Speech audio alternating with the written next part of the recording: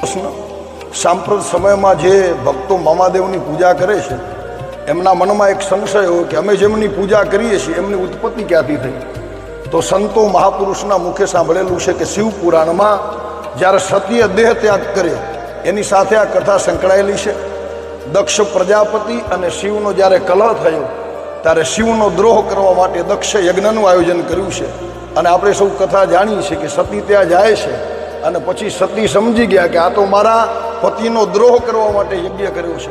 ત્યારે સતીએ પોતાના દેહનો ત્યાગ કર્યો છે. ભગવાન ભોળાનાથને આ સમાચાર મળ્યા.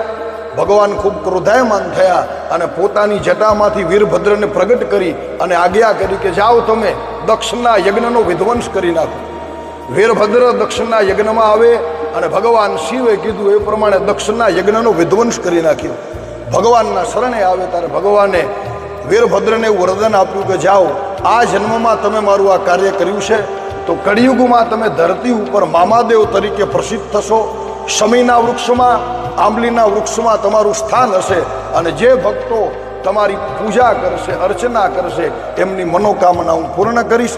અને કળિયુગના સમયમાં આપણે અત્યારે જોયું છે કે મામાના હજારો મંદિર છે.